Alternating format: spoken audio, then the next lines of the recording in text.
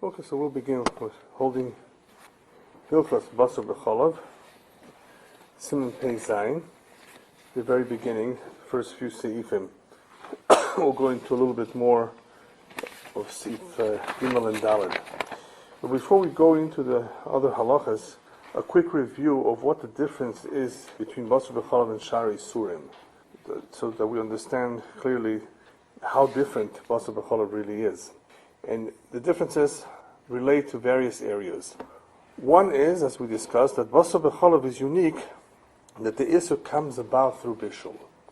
It's just not just combining two in any way. The Isur is unique because it has been cooked together.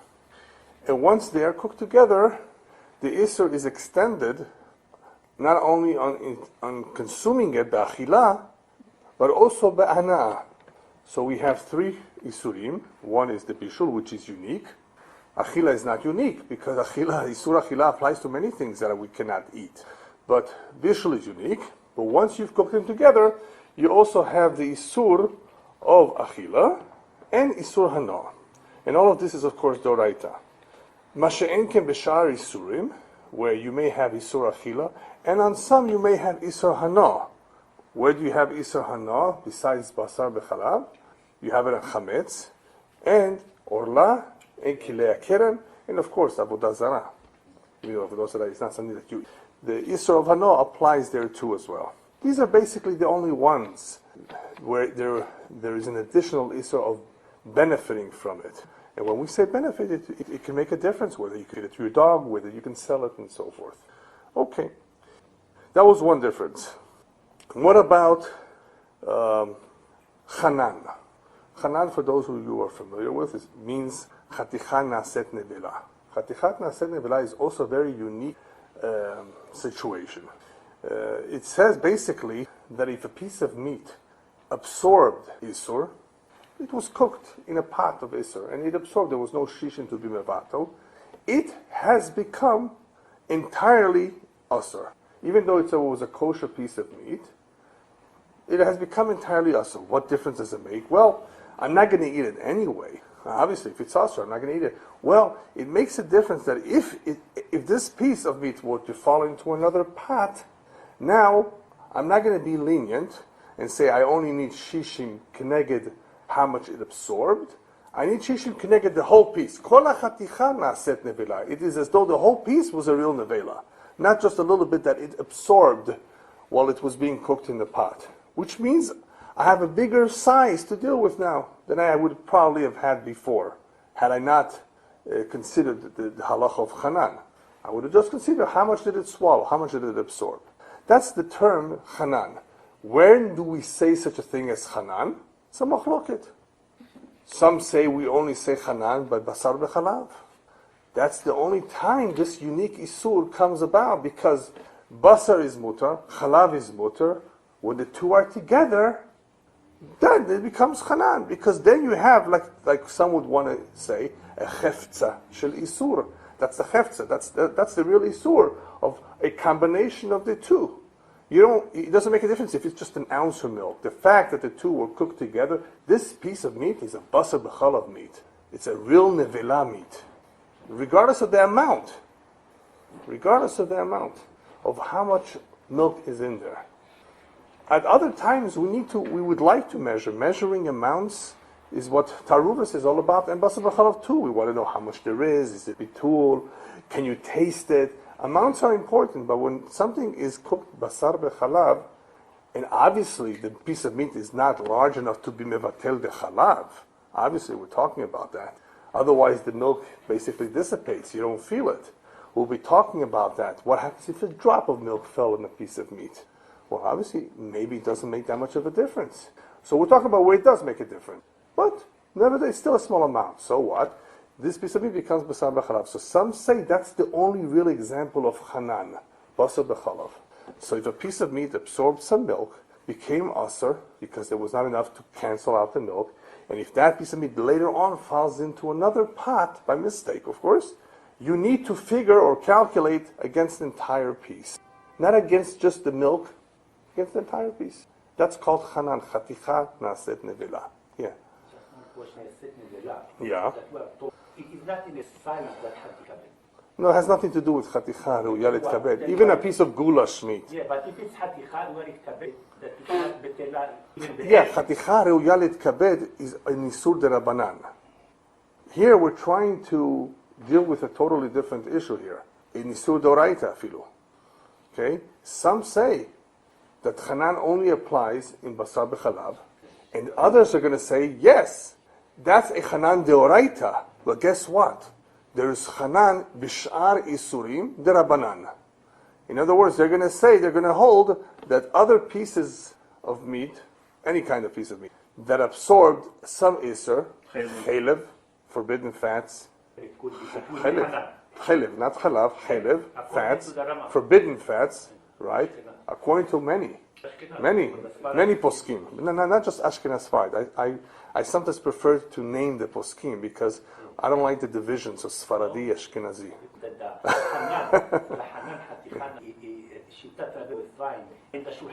Right. That get that shita. He happens to have been born in Spain, I know. So it's Yeah, but you don't have to go, it's better not to get, I prefer not to get into galut. You see, Sfaradim and Ashkenazim is a product of galut. It's better to name the sources, the Mekorot. Once upon a time there was no Sfaradim and Ashkenazim. Right? You already had the division in the opinions. Exactly. It happens to be, you're right, that today some differences exist between Sfaradim and Ashkenazim. But you know what? I have some news to tell you. Sometimes the Sfaradim go according to the Ashkenaz poskim, and the Sfaradim go according to the Ashkenaz poskim, and the Ashkenazim go according to the Sfaradim poskim. Yes, there are some examples of that. I know. You know where? No. That's something else. That's something else. We just had Hanukkah. Hanukkah was a good example. Hanukkah is an example. The Ashkenazim go like the Rambam, and the Sfaradim go like Tosfot. How do you like that? And Tosfot goes like Rabbi Hanan. Whatever, yeah. The source, yeah. Anyway, so that's Hanan. Hanan is unique by the Basar בחלב because everybody's in agreement that that's real Hanan, and that is a Hanan deoraita. Basar בחלב, it's an Isur deoraita. But Hanan b'shar Isurim, piece of meat absorbed a little bit of chalev, of some other Isur, and it became Asur. Now it falls into another pot. How much do I need to cancel out the Isur? Do I need to just enough to cancel out the Isur that was absorbed, or do I need against the entire piece? Well, it's Shar Isurim. Chalev is Shar Isurim. The Mechaber, of course, says no. There is no Hanan in Shar Isurim. If you know approximately how much chalev was there, and therefore assume the maximum chalev was absorbed in the piece of meat, that's all you need to calculate. It could just happen to be there's a lot of chalev in the pot, and you're stuck, of course. But if there was just one piece of chalev there, it's not enough in the meat to cancel out the chalev, but it is smaller than the piece of meat. Why should you now, later on in a second pot, have to figure against the whole piece of meat? Just figure, oh, I know, there was a cube of chalev in that piece of... somebody thought it was chicken schmaltz. And by mistake, they put chalev. But it was a small cube. Then just calculate against the small cube. Why say Hanan? Yeah? Question, if we calculate according to that shita, can we include itself in the calculation Hanan? Sure. Everything. You include everything. So the meat you include the potatoes and the carrots and everything. Even the meat that absorbed the chalev, right? That piece of can factor in how much I have in the second part. That's correct. Even though it already absorbed. Right, that's correct. But only Hanan, I can't do that. But you can't. Not only that, we're going to get into Efshar Lesochto in a minute. Mm-hmm. Okay? Which is a little bit different. The sort of the problem of Efshar Lesochto. Okay? Which is a separate problem. But it's a good point. When you include everything. Once you don't say Hanan, everything can cancel out the chalev. Not only that, we had an incredible shiur once upon a time in Taaruvot about Isurim mevatlim ze et ze. You had the blood falling in. Blood, you can't have the blood. And you can't have the chalev. Do they cancel each other out? You need algebra for that, X cancels out X, Yeah. So that's an interesting sugya. Yeah. So if it's 60, I guess that does not include all the stuff that was in the past, like tapuhi adama ve'arotem. No, always. Whenever you have a pot of stew, and you have some isur falling in, you can always use everything in the pot, the carrots, the liquid, everything. Everything neutralizes the flavor. Sure, even if it's not. The only question is, do you need it against the whole piece, or just against the amount of isur absorbed in that piece? That's all. Yeah. All right. Anyway, that's Hanan. With Mr. May, do I recall correctly that where the carrots not factor in because what fell in out? Can you say that one more time? Let's say, for instance, a piece of the meat out of the liquid. Oh, okay. So there are special circumstances. There are special circumstances, of course, which we'll get into in the Chod Basar B'Chalav later on, that, of course, make life more difficult. Yeah. Because, just briefly, for something to really be considered as part of the stew, it really has to be together with everything else. Things are outside, sticking out, not exactly in the pot. They obviously may not be able to be included. All right, we'll get to that when we come to it. Every situation that we are talking, take the piece of that drop of milk fell there. Now, when you see that, it's not behavior. You see, it's a situation. Now, you are not going to put that piece into the pot with. Right, you can actually remove it right away, and you may save yourself if it's a lot of. You have to remove it right away. Oh, not only do you have to, you better. Yeah. If it's happened on this table, use the table, and use the pot. Of course. You have to remove it. Bezat Hashem, we'll get to it. It's better not to jump the gun. Is that the way they say in English? Because there is a difference. Then let's say you saw it and then you mixed it. You can decide to be forced. Let's say you mixed it right away. So I agree. No, I agree with you. There are hechetimtza. There are various scenarios. But let's leave it when we come to that. We have still some ways to go. Okay. Then we have tam ki'ikar. Tam ki'ikar is a big mahloket. Tam ki'ikar in basar b'chalav is the real thing. It's the oraita. According to Abaye, that's proof. That is where we learn tam ki'ikar, from basar b'chalav, because that's how it comes about. The tam of halav entered the basar. It comes about through bishul, however you want to say it, of course. I mean, obviously it affected. You can feel it. Because you can feel it, it's basar b'chalav. So that's, according to him, Abaye, that's where we learn tam from tam ki'ikar. So tam ki'ikar in basar halav, according to everybody, is the oraita. The tam is like the real thing. What does tam ki'ikar mean? That the ki'ikar is the mamashut. You sometimes don't have the isur mamash in a tafshir. The substance. You have the substance. You have a flavor.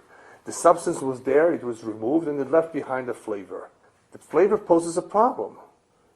Is it like the real McCoy? Is it like the real isur, or is it just a flavor? Bacon flavor. So that's a big machloket. Is tam ki'ikar or not? Is the tam like the ikar ha'isur or not? You had to make flavor. Right. Which is not the isur itself. Exactly. That's the same question. Is the tam of an isur, the flavoring of the isur, like the real isur? That's a big question. But for it to be, it has to have origin in the isur. In the isur, of course. It can't be an artificial. No, of course, it's not an artificial. No, he means yeah. Sometimes you have leftover soup from Shabbat. The chicken is gone, but you still have the broth, it's called in English. You can see even the layer of fat. You have the tam of the ikar in the soup. It tastes like chicken, right? Could you have a chocolate bar after that soup? No. If it's a dairy chocolate, no. Because it's a fleishik, right? Meaty, and soup, right? By the way, let's say you had rice, or like the Persians, like ghorme sabzi, right? In a fleishik pot, right? Yeah, but no, there was no meat in there. It was cleaned out. It was clean? You had what they call polo kishmesh, which is with raisins, right? No meat. The Bukharians like to put pieces of chicken in the polo, right? It's very tasty. Anyway, there's no meat in your tadik, in whatever you're making, right? Pure parva, but it's being cooked in a pot of meat. In a meat pot, a pot that was used. That was used once. Within 24 hours. You'd like to have a choco milk after that, or a cappuccino, real cappuccino, not the fake stuff, right? With real, frosted milk and everything. Can you have it? Yes. Yes, because you didn't have meat. Afterwards. Afterwards. But together with it. Oh, Then we get back to him. we'll be learning in Basar בחלב this question. Again, that's your fault. Sfaradim and Ashkenazim. Yes, exactly. Yeah, because then there's a difference between Sfaradim and Ashkenazim in the question of not barnat. Not barnat. It's a question. Can you have it together? You know what? Don't make problems. Just have it right afterwards. Don't have it together with your rice, because the rice right now is not meat rice. There really should not be a problem. You can really have it with a glass of milk. But Ashkenazim are machmir. They don't, not at the same time. Afterwards, yet. By the way, when you eat that rice, on what kind of a plate are you going to put it? On a dairy plate or on a meat plate? Better put it on a meat plate. It was cooked in a meat pot, even though there's no meat inside. For similar reasons. Okay, you were going to ask something? Yeah. Because noodles. Yeah. Then you take up the noodle. Exactly. That's what. That's the kind of question we're talking about. That's exactly a similar question. It's not shoko milk. It's cheese. You want to put cheese on the noodles that were cooked in a pot of meat. There's no meat. It's clean, completely clean. In a meat pot. In a meat pot. So Ashkenazim would not do that. Sfaradim follow the opinion that says it's okay. It's better not to. Why do that?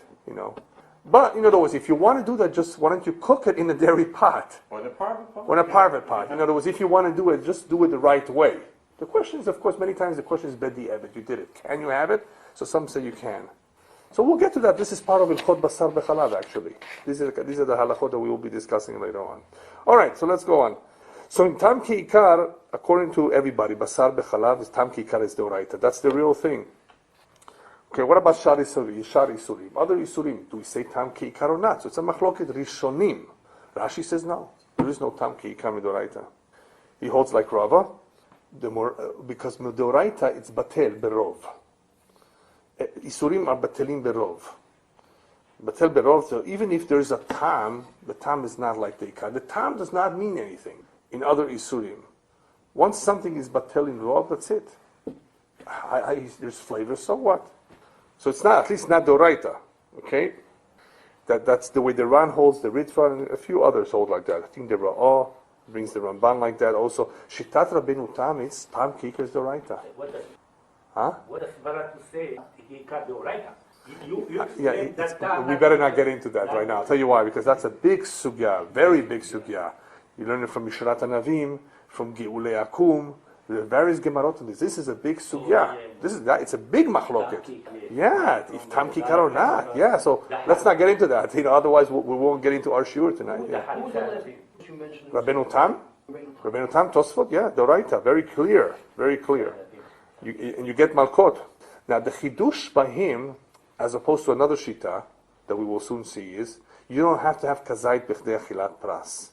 He is the more machmi. I think you can say he's the most chamur of all the shita, because he says as long as you have the flavor, even you don't have the mamashut of the isur, tam ke'ikar. In other words, if you have something that tastes like meat, you have a kazait of. You have the flavor of that meat. It's like Now, the piece of meat that fell in there was a kazait. But what I'm eating now is a kazait worth of vegetables that have the taste of meat. Well, obviously, you would still have to have a shiur. So the meat. You would still have to have right. The kazait of meat. Yeah, you still have to have a shiur. Yeah, but it would not have to be a kazait b'chdei achilat pras. I mean, anytime you eat to be over the isur of the Torah, there has to be a shiur. Even though we know we hold chatzi shiur asur min Torah, you can't even have a half. I'm just going to have this a little piece. No, you can't. It's asur min Torah. But you're not going to get malkot. You get lashes for eating something tarif. Will you get lashes if you ate half? No. But it's still asur. Okay? So. But what you mentioned is an additional aspect. Right. Not only the quantity to eat, but during what time you that quantity. Right, which is a different idea. Right. Which is another shita. Alright, so Rabbeinu Tam is machmir, it's doraita. By the way, many Rishonim, I think the majority hold like Rabbeinu Tam. Yeah. The Rosh, the Rashba, and so forth. The Tur, it's Yosef, of course, also. You have Shitat Hari Meorlens, that it's Midoraita, but you don't get Malkot on it. He says, yes, it's Doraita, thank you guys, Doraita, but you don't get Malkot for having it. Why? Because that Shita goes, but because of where we learn it from, all there is an Aseh. By Geulei Nochrim, Geulei Akum, there is an Aseh there, of having to remove to make hagala, to make libun, to make it kasher, right? There's an aseh. mitzvat aseh.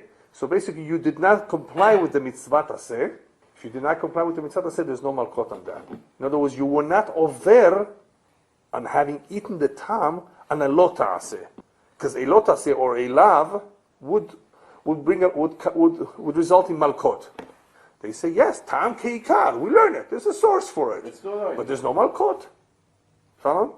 Now, of course, midrabanan, we're not talking about. Everybody holds you can't have it. Midrabanan. The question hold here in tam keikar is deoraita. The Basar בחלב, yes. The Rabbanan, machloket. So this shita says yes, in the Torah, but there's no malkot. Then we have a fourth shita, Rabbi Elyahu Kin, it's midoraita, on condition that you have a kazait bichdei achilat pras. In other words, within a short amount of time, it depends how you hold it. Is it 3.5, 4 minutes? Is it a little bit more than that? You would have consumed a kazait within that amount of time. Then yes.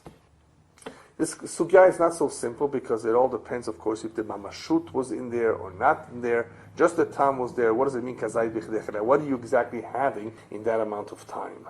Because when a mamashut has been there, but it has melted away, as the Rambam talks about it too, then have you had to have eaten the mamashut within that amount of time? Is it just the tam that you're eating? So that brings up another set of questions. What is it exactly that you have had to have? But this last shita holds that there is a certain amount of time which you have to comply with in order to be over on the isur.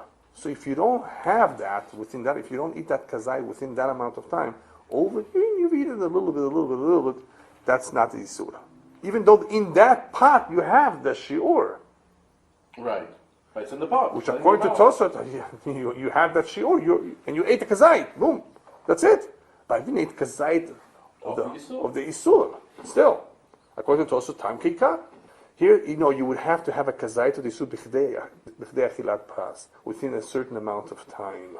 The real isur. So that's a little bit more stringent in its requirement to be over and to get malkot, that is, midoraita. Right? So tam would be like the ikar on condition that these requirements are met. So now, bichdei achilat pras, by the way, is always an important idea in various halachot. Somebody has to eat on Yom Kippur. He's very sick. The Chafetz Chaim once went and visited somebody who was very, very sick on Yom Kippur, brought to him a piece of cake, cut up in small little pieces. So it's a mitzvah you to have these.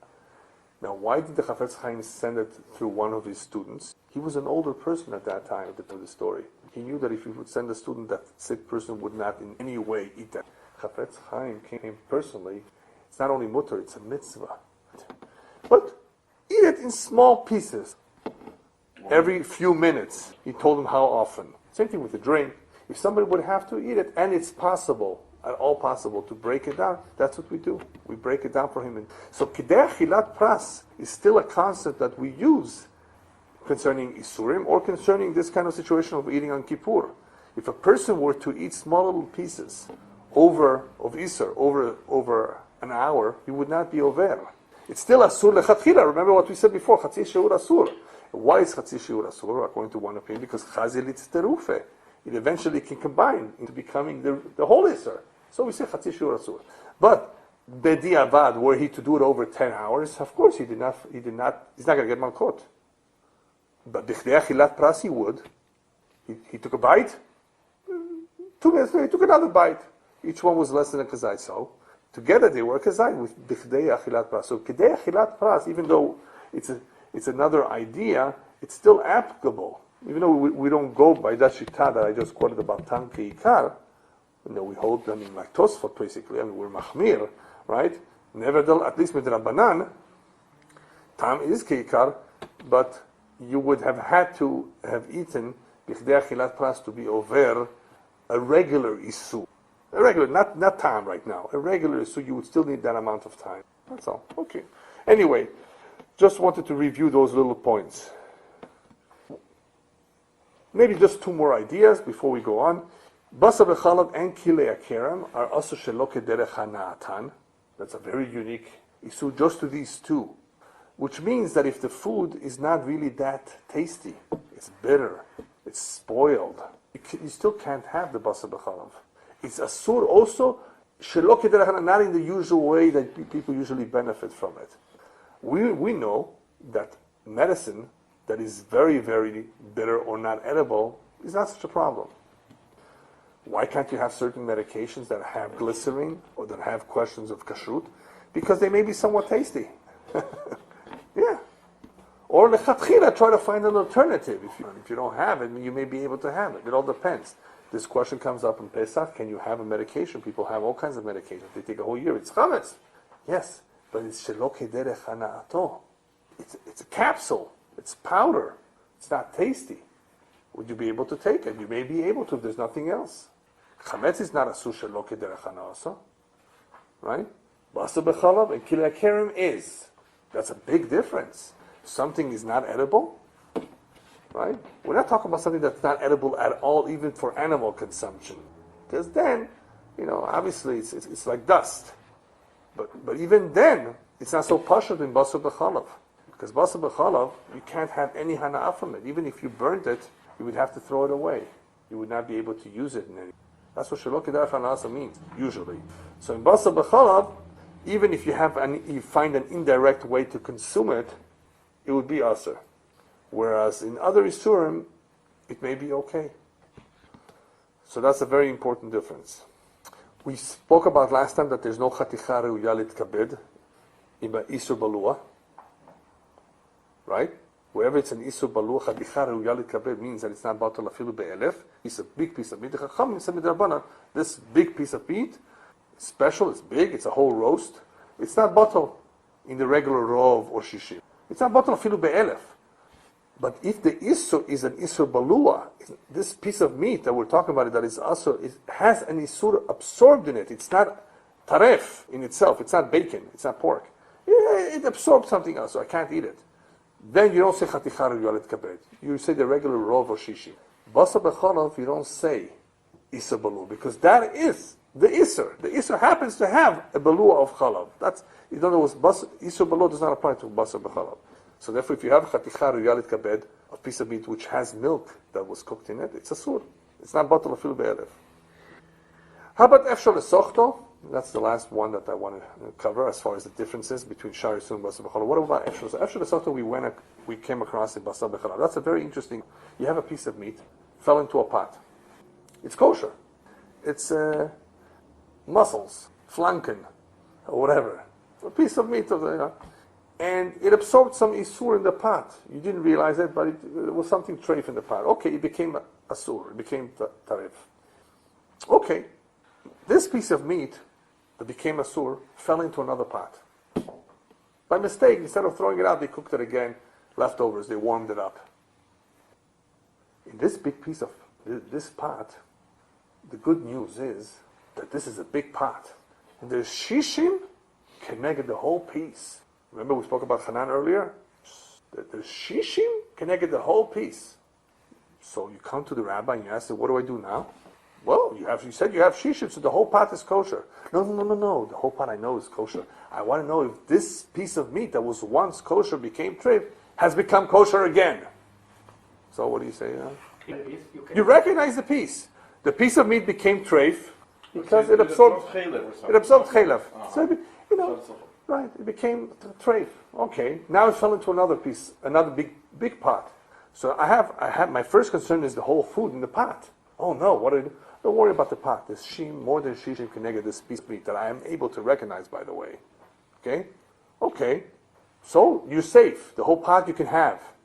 Can I? But no, my question is, wait a minute. Since I have shishim or more, can I now eat the original piece that became treif? So if I remember, can be mistalef tutor of the pot to mevatel the isua. Right. But it's still better not to eat it. Not better. We can't. Those who hold efshar lesachta asur, you can't eat it. Right. So efshar lesachta is a machlokes. Efshar lesachta means, can you squeeze out leschot? Can you squeeze out the original iser? Can you accomplish that? Does that ever happen? When it's cooked again, boom, it's gone. Now that it's cooked again, that little bit of kela that was in this meat is gone. Does that really happen in real life or not? I mean, that's the machloket. And some are machmir. But even those that are made, I think ultimately say it's better, if I remember correctly. Right. Yeah, we're machmir. We're machmir on every right. We're machmir on efshar lesochto. that piece of meat remains asur. It does not, once it was treif, now can become kasher. No, if it was treif, it becomes tare. It remains so. We don't say, efshar lesochto. You can accomplish squeezing out the isser from it through the second mixture that it came mixed in the pot. Now again, this is if it's not milk. Oh, this is in Shari Surim. Basar b'chalav, right? The Pri Megadim explains, is also in the Torah of Shabbat. Once it has become asur because it was cooked meat and milk, I don't care if you put it in 1,000, and you're able to extract, you can prove it biologically, chemically. There's no milk left in this piece of meat. Because that's the problem with Efshel Lesochto. In Efshel Lesochto, we don't really know if maybe there's a little bit left. How do you know? That the cooking process in 212 degrees of boiling was able to extract all the flavor that was in this. You don't know. So we're machmer. What if you would be able to figure it out and it would be okay, supposedly? If you have accomplished getting out the whole isser of this piece of meat, all the chaylev is gone. I squeezed it out. I extracted it out. I can prove it. With a what do you call that machine? Molecular analysis. Okay, molecular analysis. There is, yeah. DNA. There isn't anything. It's mutter. Why not? I just don't know, and I'm not going to bother with it either. Right? Basar b'chalav, it doesn't help. Once a piece of meat was cooked with milk and it became asur, it's asur forever. Even if you extract all the milk out, as the Pri Megadim explains. Shari Surim, we have a machloket. It's the Rabbanan or not, and whatever. But Basar b'chalav, it's midoraita. It has become asur. It remains asur. Okay? So we've covered quite a few differences between Basar b'chalav and Shari Surim. Okay. Now, let's go on to where we're holding.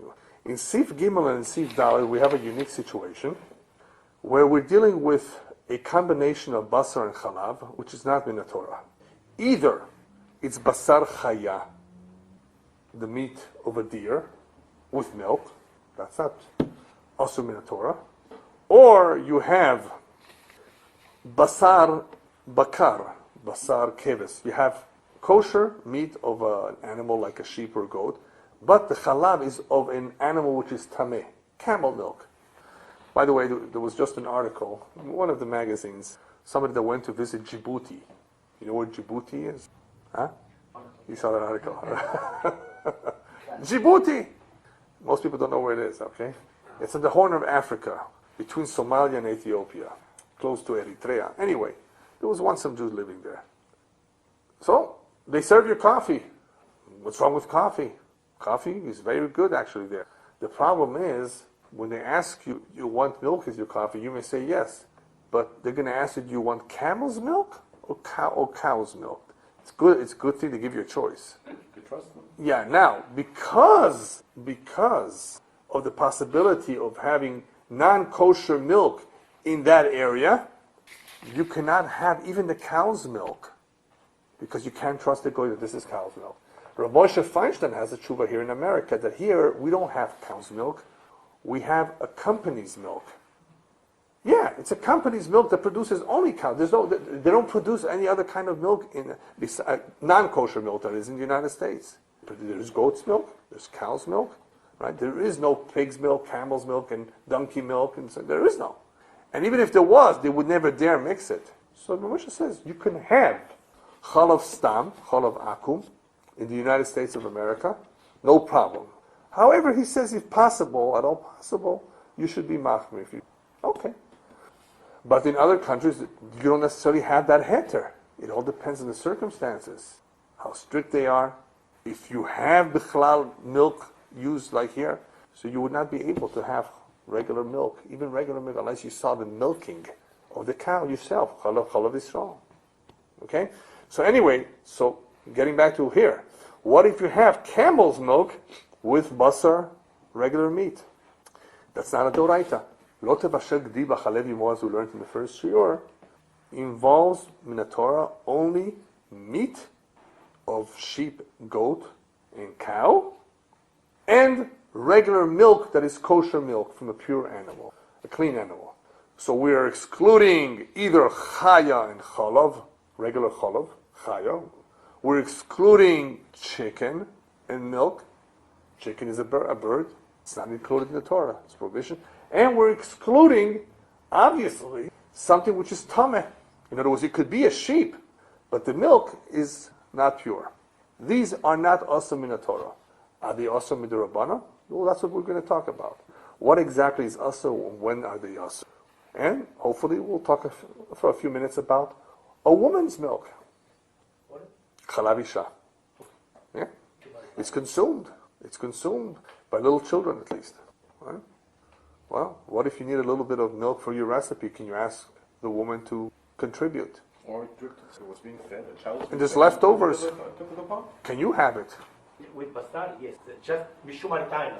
What? Isur, just Yeah, Mishum okay, so Maritain. that's what we have to see. We Mishum have to Maritain. understand what Maritain is all about. There's something called Maritain. Yeah, so that's a whole sugya that we'll see. We'll hopefully get into it. Okay, now, the halacha is that eno noheg, okay? That's what the Mechaber says very clearly. Basar b'chalav is not noheg in basar behemat tehora b'chalav behemat tehora. אלא בבשר בהמה טהורה בחלב בהמה טהורה, אבל בבשר טהורה בחלב טמאה, או בשר טמאה בחלב טהורה, מותרים בבישול ובהנאה. So he says very clear, you can cook it, and you can benefit from it, you cannot eat it. Which Right? one is that? In other words, either basar b'chalav tmea or basar tmea b'chalav tehora. If one of them is tameh, it is permissible to cook. Why would you want to cook? Why would you want to cook it? We'll see. And you can benefit from the combination. There's no problem whatsoever. Apparently, it appears to be lechatchila. If you read the Mechaber, it appears to say lechatchila. But you can't obviously eat it. Ubasar chaya ve'of, afilu bechalav tehora mutar. Deer and chicken, even in regular milk, it would be okay according to the Torah to cook and to benefit from it. To eat you can't, only midrabanan. Why? Simple. They look alike. Gzera. The Chacham said, you know what? People are going to get mixed up. And he said, don't eat chicken with milk. More brings down that in the city or area of Rabbi Yossi, they used to eat chicken with milk. Huh? Yeah. Okay. Aval dagim v'chagavim, fish and locust, en bahem isur afilu midrabanan. You want to eat a grasshopper? The kosher ones with milk, cream cheese, that's fine. No problem. Yeah, as long as you know which locust is kasher. And we discussed last time the Sephardic tradition of not having milk with fish. I don't want to go through it all over again right now. For those of you who remember, there is such a tradition that has to do with health reasons only. And some, of course, are more makpid than others. And the main problem is really with milk, as I pointed out, and fish, cooking them together versus just having them, eating them together. Cooking milk with fish appears to be a problem according to various sources, even Ashkenazim. Okay? So, stay away from that. Apparently there may be some bad side effects, worse than upset stomachs, allergic reactions, and who knows? We don't know. Apparently there is something to it. Plain eating fish with cream cheese, lax cream cheese, doesn't appear to be a problem. Some Sephardim, of course, are strict with that too, based on what the Bet Yosef wrote, which is not so 100% clear if he meant that or not. Okay, so they had that tradition. Is it really a sun? No. What's the problem? Could be health issues. Does health issues apply on everything? No. A lot of people are not so strict with butter. With milk, yes, and not with butter. Okay, so I don't want to go back into that. If you have questions, we can deal with them later. So, but that's what the Mechaber says, at least, that mi'ikar hadin, there's no problem. Comes along the Ramah and says, Nahagul asot chalav mishkedim u'marichim b'basar of. There are times that people use the milk or the liquid of almonds. As in Arabic, it's called shrab loz. The shrab is the drink of the loz, the almond. I have it all the time. In the Syrian community, they serve it in festivities, cold, with ice. It's really, really good. It looks exactly like milk. White, completely white. The drink of almonds. Today they have it in Trader's Joe. In some places they actually sell it. Yeah, Very delicious. Yeah, it's very delicious. Yeah. It looks like milk. So that's what it means here. The custom is, according to the Ramah, to use chalav mishkedim umanichim b'basar off, and you can put chicken into it. Since it's only midrabanan. What's midrabanan? Chicken in real milk is midrabanan, so therefore chicken with chalav shkedim is not a problem. Since chicken with real milk is derabbanan. Abal, if you're talking about a steak, basar behema, that you want to have with this chalav shkedim, the Rama says, I recommend, yesh lehaniach etzel hachalav, when you're pouring yourself the glass of milk, next to the milk, put some almonds there. Mishum marit ayin. Kemo shekba'er le'er siman samach b'linyan dam. He says, like I explained to you about dam. What's the story about dam? Fish blood. Fish blood. Is fish blood a problem? No. Human blood is a problem? Not exactly. Which dam can we not have? Dam behema ki adam hu hanefesh, the Torah says. That's the animal spirit. Yeah. So anyway, what if you have fish blood? No problem. Go ahead and have it if you really like it with your sushi. The problem is if you collected all the blood together in a cup, in a plate, asafta, you put it together, then people don't know what blood this is. The guy's having blood. You know, in the Philippines, there is a soup made out of blood. You know that Germans, goyim, have their that's right, for breakfast. Sausage made out of blood. You can't have it, I'm sorry. The sausage is not kosher, the blood is not kosher. By the way, a lot of non-Jews have tasted Wiener Schnitzel, is that what it's called, a hot dog, whatever, they've tasted our kosher hot dog and say it tastes so different. Why? Because of the rabbi's blessing? No, it has nothing to do with the rabbi's blessing. It has to do with the fact that it has no blood. You're tasting a hot dog without the blood. You're tasting meat or chicken without blood. They don't remove all the blood. It tastes different. The taste is different, yes. So anyway, so this bowl of fish blood is asur to eat, as is because of Barit Ayin. Unless you put some kaskasim there. You put some scales of the fish there. Oh, what the guy say? Oh, he's having fish blood for some reason. He's in the mood of that. Right? But at least it's no Barit Ayin. We'll talk about that today. No, exactly. Good question. We'll talk about that maybe in the next 5-10 minutes if we can do that. And that is a famous rule of when do we say Marit Ayin? When does Marit Ayin really apply? Marit Ayin means I have a problem that people may get the wrong idea. Is that the only problem? By the way, what's the problem with Marit Ayin? Anybody know? Is it only because people may get the wrong impression? But if you do something, there's a rabbi for it, and they see you, then I learn halacha. Oh, okay. I see you drinking. I may think it's okay. Of dagim. Yeah. But I don't know that was dagim. Well, I have a surprise. I have a surprise for you. I have a surprise for you. Marit Ayin, you're right. Marit Ayin is definitely a problem when people think that this is the halacha. I saw the rabbi. I saw this guy with a kippah going into this restaurant. It could be a problem. Even though the guy is supposed to give you the benefit of that, maybe he's going to the bathroom. Maybe he's going to buy a drink. Maybe he's going to make a phone call. Yeah, we're supposed to give people the benefit of the doubt. The problem is people don't usually do that. So therefore you have to be concerned if your actions will lead to a Marit Ayin of sorts. And now, so all you did right now is point out one of the problems of Marit Ayin. And what is that? People may think that this is okay, that the halacha is like that. Now, I have some news to tell. There's a second part to Marit Ayin, and we're learning this out from the various Gemarot. They're going to suspect you that you are committing an avera. How's that? So-and-so, I saw him eating this. How terrible of him. Marit Ayin means that they will suspect you for having committed. Even they may not do it. They might not even learn to do it. The fact is they're going to have the negative impression of you. That's important too, because some people have the attitude, who cares what people think? No, you have to care about what people think. Unless you're completely in the right, then you can't worry about it. But if you're not completely in the right, if you're doing something that may lead to people suspecting you of doing something wrong, V'yitim nekiyim me'Hashem u'me'Yisrael, the pasuk said, you have to be Yotzei Dehovah abriot. You have to do your best to make sure that people are not upset at you, are happy with you, are okay with you. But that's only. Yes. Well, what if it's an invention? Well, obviously, he thinks it's wrong to do that. No. It has to be something that may be wrong. Obviously, you don't want. There is something similar. Right. That there isn't this or no. Yeah. So anyway, maybe let's read Sif Dalet inside, and then we'll go through the various shitas here. Okay, so we saw that what the Ramah tells us about milk made out of almonds. That if we're dealing with chicken, you can actually cook it together. After all, it's only midrabanan. But basar behema, Basar behema now going to be, even though I'm using milk of shkedim of almonds, I better put some almonds there. People might think it's the real milk, and that's asur min Torah. It's not asur min Rabbanan. So that I have to be more careful with. We don't really see too much more detail other than that. The Shach and Taz go and take it apart much more. Now, we're going to get to that. But let's read Siv Dalet. Siv Dalet is another example of not pure milk. We just saw almond milk. We just saw combinations of meat and milk that are only midrabanan because either they're not clean animals or it's not clean milk.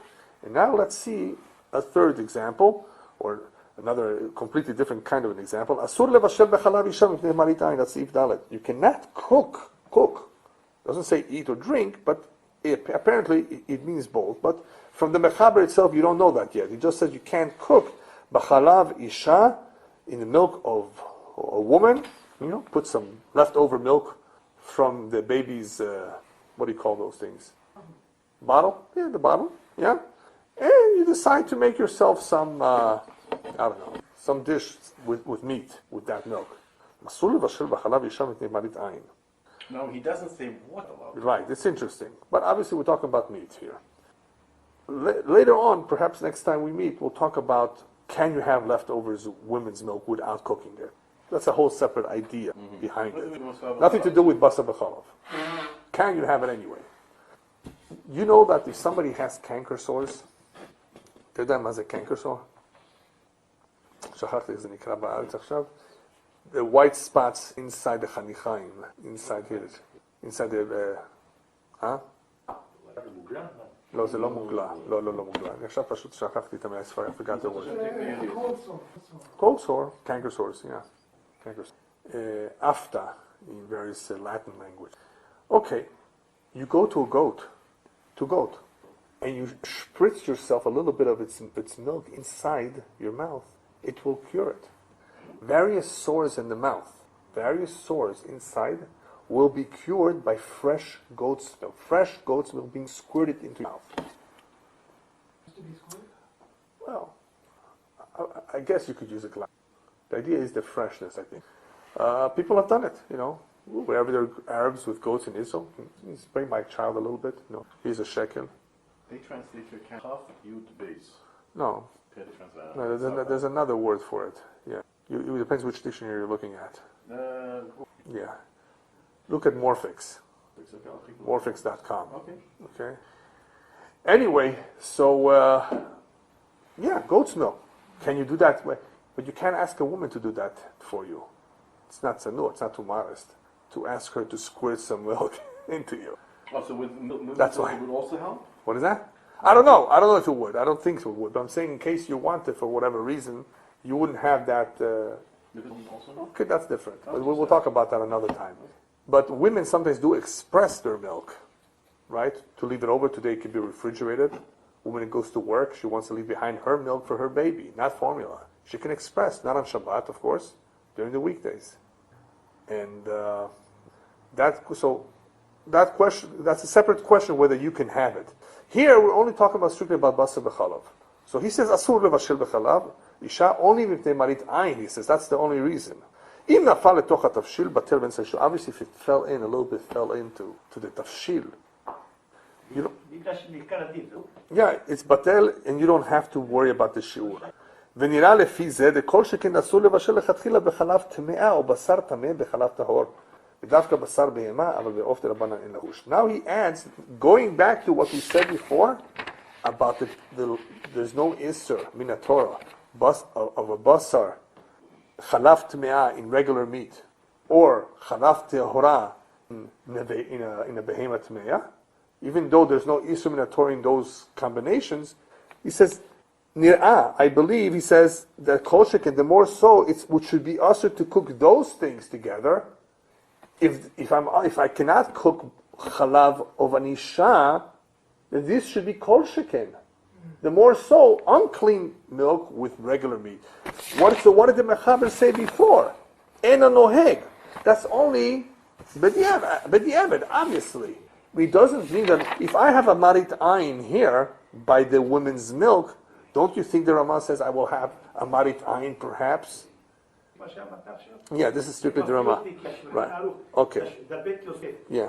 On the tour, Yeah. when the tour, these Yeah. are of Yeah. בהמת מעם, חלב, טהורה Right. וכולי, אז הוא אמר מה שייך, זה הרי איסור דאורייתא, why they have to bring it in איסור דרבנן. Yeah. From that, the Bach learned the הלכה of Hanan. Yeah, okay, Hanan, that's a different idea. You're right, Hanan, ulama tasodek. Yes, Ulama Hanan, but that's something else. We spoke about it b'shiur harishon. But anyway, so here you see the Ramah appears to be saying something very logical. If the Mechaber now, which is, by the way, this comes from the Rashba, Marshal also talks about it, that you cannot use woman's milk to cook lechatchila because of marit ayin, based on what we learned before, that there are certain chalav meat combinations that are not also in the Torah. Still, lechatchila you can't cook it because of marit ayin. It should be a kol sheken. The more so, if I can't cook the woman's milk, I won't be able to cook those. Okay, so this leads to a machloket that perhaps we'll leave for another time. Machloket is a shach and taz that disagrees with the Ramah. I'll tell you briefly. They hold that really, by a chalav tmeya, there's no problem of cooking. Nobody will suspect you of anything. It's usher to eat. This is not usher to eat. This one makes more sense to decree or to prohibit you to cooking it. That which you can technically eat. The other one you can't eat. If you can't eat, I'm not going to make a new gzera of marit ayin, that which the chachamim did make. I'm not going to make it. Because that's what he wants to do. He wants to make a new gzera, basically. Oh, don't cook that. No, why not? Now, why would somebody want to cook it? For medical reasons. Medical reasons. Remember the story, famous story of with Shlomo Melech. There was a king in Persia. He was in Persia, who was very, very sick. And the doctors told him the only cure is lion milk. How are you going to get to a lion? Remember the story? The whole story and how Shlomo Melech sent his servant. He was Benayahu ben Yoyada. How he became friends with the lioness, by feeding it a goat every couple of days until he was able to get close and squeeze some milk. Anyway, mishum refuah, some things are mutar because of refuah. Somebody needs it. He's ill. So there's no problem of cooking it. There's no basar b'chalav. So there are times that you would be able to cook it, and you could definitely benefit from it. Okay, so that we will see. There are various shitot on how to understand the mechaber, how to deal with the Ramah, lechatchila, b'di'eved, and of course the problem of marit ayin. Marit ayin, however, as you should know, just to finish up, we'll get into it more next week. When the rabbis tell us bechadrei chadarim asur, something that is also in the marit ayin is even in the private quarters asur. That's only if something is an isur d'oraita to begin with. Something which is an isur d'rabanan, you don't say bechadrei chadarim asur. It's an interesting chidush, huh? Yeah. The crazy placey. But something is asur d'rabanan. No. Something that is the makor of the isur. In other words, the general isur is דאורייתא, אז באופן אחר, שזה לא דאורייתא, אולי, אבל זה דומה לאיסור דאורייתא. It may be considered or construed, I guess, like this. חדרי חדרים אסור, because they may think you're doing the איסור דאורייתא. But if they're going to think you're doing the איסור דרבנן, you're not going to say בחדרי חדרים אסור in your closet. It's אסור. As we will learn, there's a Ramah, I think in Hilchos Shabbos, that says that if something is an Isur D'Rabbanan and only your family members are aware of what you're doing, there's no Isur Marit Ayin. If you're not doing Isur D'Rabbanan. Of course. Obviously, yeah. Only there is a Marit Ayin of an Isur D'Rabbanan. Okay, so we'll talk about it. The crazy phrase he says, and any time you have something which is generally mutter, like margarine, we don't even suspect that people are going to say, oh, he's for sure using butter. If something is very, very matsui, heter, very common, which brings us, of course, to the case of creamers in banquets and so forth. By the way, a goy serving you champagne at the banquet, aren't you going to ask a question? What is he doing touching the wine? Ask to look at the bottle, and hopefully you will see that's yain mevushal. We're not going to suspect if it's a glatt kosher reception. So you're going to see milk on the table, and you're eating, steak. You're going to hopefully not have any doubts because it's so matsui. Which leads us, of course, to the famous detail in the Hilchos Shabbos. Anything which is very common and known to people has no marit ayin. What's a good example? Kablanut. Kablanut means you gave a goy to do a job. You didn't hire him. You gave him the whole job. Do it whenever you want. He's an independent contractor. He wants to work on it on Shabbos. He can, unless it's your house. Okay? We're not learning Hilchos Shabbos now, but you cannot have a goy work for you on your house on Shabbat. There's too much problems with Ayin and so forth. But if it's not that, you give him. You went to the cleaners on Thursday. Yeah, I'll pick it up on Monday. If he wants to work on it on Shabbat, he can if he wants to. You didn't tell him to. You didn't hire him for. It's kablanut. When you give somebody a job, you don't tell him when to do it. He's not your worker. He's on his own. There's nobody to because people understand. Gardener, is a gardener allowed to come to you on Shabbos? I don't recommend it because he's gonna not let you sleep and take a nap, and he's gonna compete with your zmirot on Shabbat. His noise of the lawn. If he comes, you don't have to send away. People know that gardeners come when they want. He's a kablan. Even though he's working for you, he chooses the day. People, it's a davar matsui. There's no maritime in this kind of case. When something is known to people, there's no maritime. So this is what we'll be discussing a little bit more in depth next time.